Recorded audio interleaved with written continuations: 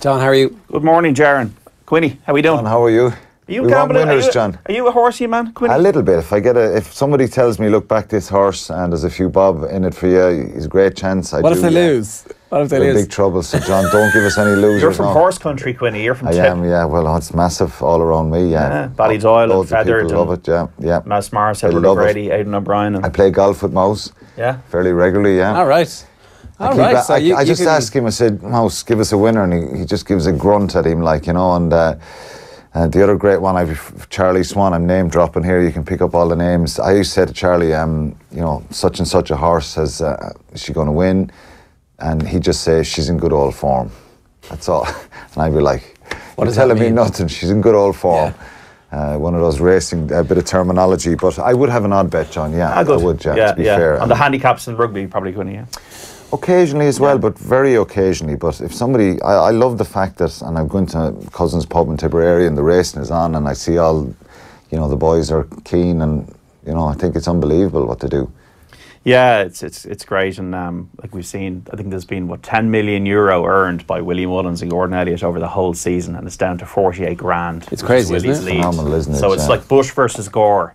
It's every race is a rolling update from Horse Racing Ireland, and it just shows the quality of the race and how great a season it's been. And 3 days to go. Yeah. So how was your day yesterday? Well, I was busy doing work, so. Don't gamble, folks, if you're working or if you're busy. Also, never mix alcohol and gambling. So they're the kind of disclaimers we're getting out of the way. But, it's very difficult to do 5 or 6 hours of form study and if you've got other things going on. And that's not an excuse, it's just reality. And it's if you get involved in that situation, then sometimes it can go wrong. Yeah. So Felix de G flopped. Well, we were, yeah. No, Felix de G, we had a shout for Felix de G as well, and no, it just wasn't his day, and not that's a great the way it day. goes. Yeah. Just as much as Paul Townend had a mare on Tuesday, and he had a brilliant day yesterday, 3 winners. That might have been the only predictable thing. It was like, what's going to happen, Paul Townend? Yeah, he's probably going to bounce back. He did, didn't he? Prava Laguna, next destination, was a very good winner of the 3-mile hurdle, and then he Patrick's Park and a handicap chase, and 6 out of 7 for Willie Mullins. That's pretty special. And I think the reason why he's leading the trainers' race now is because if Gordon Elliott had trained 6 winners yesterday, would they have all been from different owners and different connections? Possibly not. Possibly maybe 3 or 4 of them might have been Michael O'Leary's Jigginstown House stud. And I think that might be the reason if Willie gets over the line by Saturday. He's got more... Yeah, he's just got more variety and depth in terms of his owners, especially in handicap races. And if you're looking at today, you're looking at the 2 Grade 1 races. Willie Mullins has Footpad, who's absolutely bomb-proof. I can't see him being beaten in that Ryanair Novice Chase. He's odds on. And in the Stairs Hurdle, the half 5, he's got the first 2 in the betting. Penn Hill, who won the Stairs Hurdle at Cheltenham, and Bacardi's, who won a Grade 1 at the track last year. So it's very much going to be a situation that Gordon will have to run Sam Crow, I think, in this champion hurdle tomorrow, and you have to hope that Fairclass wins that juvenile hurdle. You look like you've taken that Sam Crow money, Ger. I hope everybody took the 7-4 that I was telling you about yesterday. Yeah. Odds on now. All that True Self money's gone into Sam Crow. It's waiting there. It's gathering interest per hour. Well, or else it's like pissing it away. Who can tell? So you said the Ryanair Chase is the first of these 2 races that we're talking about, is it? It's the second one, but it's the one that Willie Mullins has a pretty much a bomb-proof chance in a 60,000. What time does that go to post? 6:40 is the time of the race. 67,850 for the winner. Footpad has been great. Of course, Ruby Walsh isn't riding him because he's injured. Daryl Jacob, who rides so well for those owners, Simon Munir and Isaac Swade. He had, I think, 3 winners at Aintree for them. Daryl Jacob and Footpad has, done nothing wrong all season. Petit Mouchoir kind of was too exuberant at Aintree for me, and I can't really see Footpad being beaten in that one. So that's quite a straightforward. Of all the races today, there's 3 races with 25 runners. So of all the races, that's the most straightforward, but you're not going to make money out of it. Footpad's 9-4 on. It's maybe one for the multiples. Yeah, get if you're doing like a lucky 15 or one of these multiple bets. What's so good about Footpad? Why are you so confident?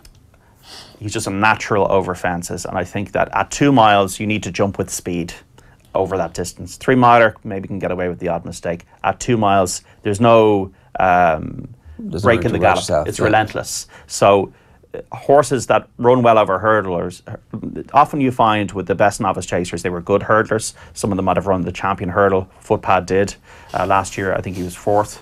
Petit Mouchoir and him were very, very similarly matched. but footpad is one of the best jumpers you would see. And what happens in a 2 mile race is at speed, you gain lengths at your fences. You gain 2 to 3 lengths because Paul Townend knows footpad is not going to make mistakes in the race. And if he just puts him right at the fences, then he can dictate the pace of the race. Whereas another horse that might make a mistake over that distance, you lose 2 or 3 lengths. That can be the difference in the race. They lose a bit of ground. And whereas in a Gold Cup or a Grand National, you can maybe afford to make a mistake and then take your time to get back into the race. They don't have time over 2 miles, especially on drying ground, which we have this week. So you're saying stay away from that really, unless you want to. Yeah, unless you put it in multiples. Yeah, really, that'd be my advice there. Okay, so the Ladbrokes Champion Stairs Hurdle is the other one we're talking about?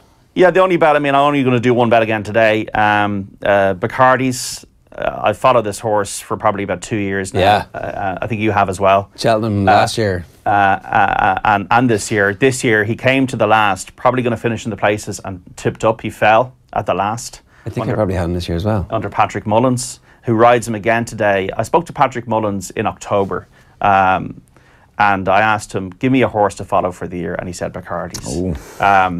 Bacardi's has won a 2.5 mile grade 1 around the track last year, beating Finian's Oscar, who has been running well. Won at Aintree. Finian's Oscar over fences was running very well and has been carried out on Tuesday.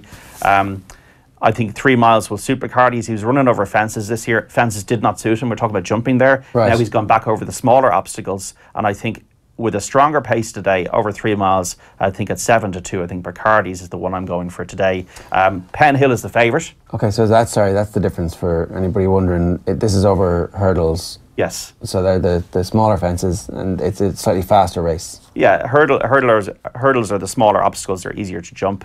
But once again, say over 2 miles, you need to jump hurdle as well. Yeah. But fences are much bigger obstacles. And then the Grand National fences you see at Aintree are even bigger at times, and they got the big spruce in them. But yeah, so the bigger obstacles are the fences, and there's races over 2 and 3 miles in both codes, hurdles and fences. So Bacardi's wasn't good enough to jump fences. So they're reverting back to the smaller obstacles because they think he's got the engine, he's got the pace, you know, and the power to not only be a good over 2 miles, but also have the stamina to win over 3 miles. And that's why I think Bacardi's will be thereabouts today. Penn Hill is the one to beat. Won the Stairs Hurdle at Cheltenham, hadn't been seen since last year at this meeting. But after winning at Cheltenham last year, he disappointed at this meeting. So that would be the only thing at 2 to 1 that would I'm always intrigued, John, when Willie Mullins or a trainer has 3 or 4 horses in a race. What kind of instructions does he give to them all? Who does he want to win? He wants any of them to win, because of his trainer's title. And I think that's generally Willie's, for the different connections. Yeah, and for the different connections. I mean, everybody, there's a lot of owners that are putting a lot of money, a lot of training fees. I think it could be about €1,600 a day to train a horse, or €1,600 a week. Sorry, a day would be a bit excessive. €1,600. No, it's a month, isn't it? Yeah, it's probably around a monthly fee. $1,500 to $2,000 a month is kind of. I'm thinking in lira. €1,600 a month. That's a lot of money. Like, so, obviously in the summer they having already bought the horse. Yeah, and the horse will cost 50, 100 grand. So, people like Graham Wiley's put a huge amount into Willie's yard, and he rewarded yesterday with Bells Hill, won the Gold Cup. But we saw yesterday Tornado Flyer won the bumper. Willie was I think the 3rd fancied horse out of the yard. Yeah. On the first day, Draconian won an novice hurdle at 25 to 1. So I wouldn't put anybody off backing Faheen, for example. If you think Faheen will bounce back and win over a longer distance than he has been running over. This is 3 miles opposed to what Faheen was winning champion hurdles over 2 miles. York Hill has gone at the game, so you could forget about him. Shane's Hill gone at the game.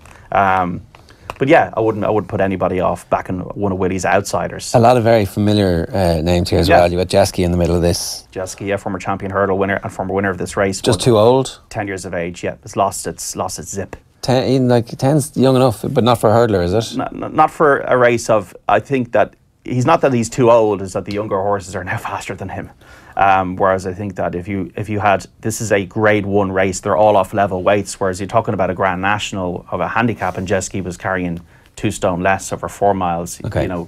His age might actually be a benefit to him. Okay, so you're saying a small enough. We're sticking on the rum, Ger. We're continue on this rum drinking expedition with Bacardi's, and that's really my only bet of the day, because I find Punchestown has generally delivered strange results over the years, and I think that's my excuse really for the first 2 days. Yeah, I do. Like the handicap hurdle, the first race has got 25 runners. watch what's being backed. This is where the market actually comes into play. So what's been backed in the first race, a Gordon Elliott horse, could you believe? Jack Kennedy on board, Park Paddocks, there's money for that into 7-1. That is noticeable. He's only a 4-year-old. He won well the last time and he could definitely improve. Park Paddocks, so the money has come for him. Bon Papa is the favourite for the second race. That's a handicap chase over 2 miles. But once again, 24 runners. I'm not going near it.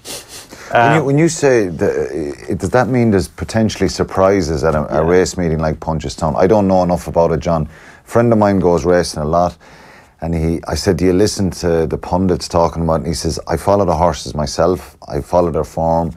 I love to go to the parade ring to watch the body language of the jockey, the trainer, the horses, a bit of whispering going on. And he's a really good return. Now, he's not a big gambler, but he loves his racing. And it's amazing, like, sometimes he'd tell me that horses that are not fancied, they're going well and someone has missed a trick. And that's probably the intrigue, isn't it? To be able to follow a horse and understand the story behind what the last few months or year has been for him.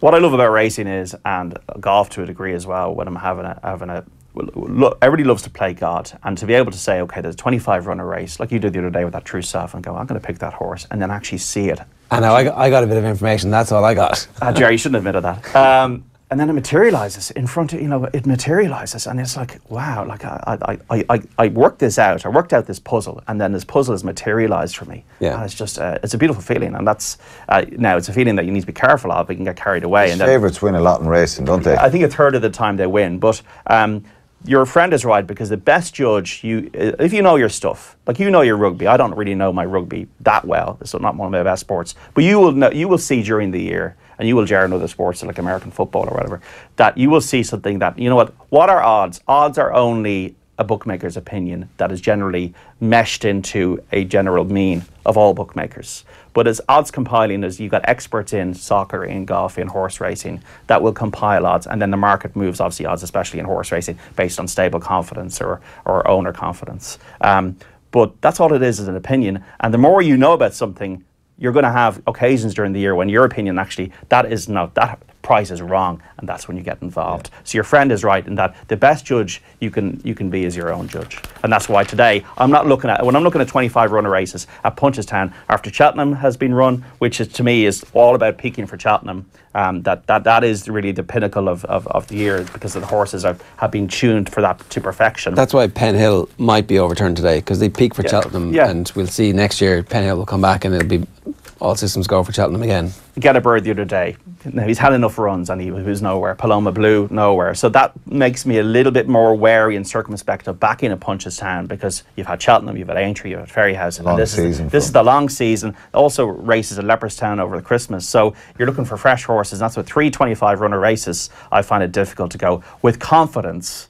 Footpad, you can say with confidence, could win, but the value isn't there. That's why today it's probably best to have a couple of euro each way on an outsider. For example, in the 605, Art of Security, no meets horses are running well.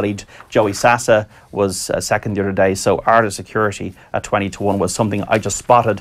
Will I back him maybe a euro each way? Probably not, but Bacardi's is the only one I really fancy. But that's what I'm talking about, that you might have horses coming back. That horse 3 Stars that you backed at Cheltenham, Ger is running there, and there's another horse in the same ownership, Tis a Mystery from Henry de Bromhead, same trainer, a 20-1 shot. Tis a Mystery was another one I spotted. Oh yeah, 3 Stars. When 3 Stars running? In the 4:15. That's a 2 mile handicap chase, a 24 runner race. So you spot one here and there, but you can't with confidence say that, you know what, I'm going to have 20 quid each way in this, because it's probably too much to be 3 Stars, the horse we backed in the last race at Cheltenham, finished 6th, and we didn't finish 5th, and we didn't get paid out on. That was that one. That's the one, yeah. I had it as part of like a giant. Yeah. It might pay you back today. It could pay you back today. It's a double with Farclas on the last day, and.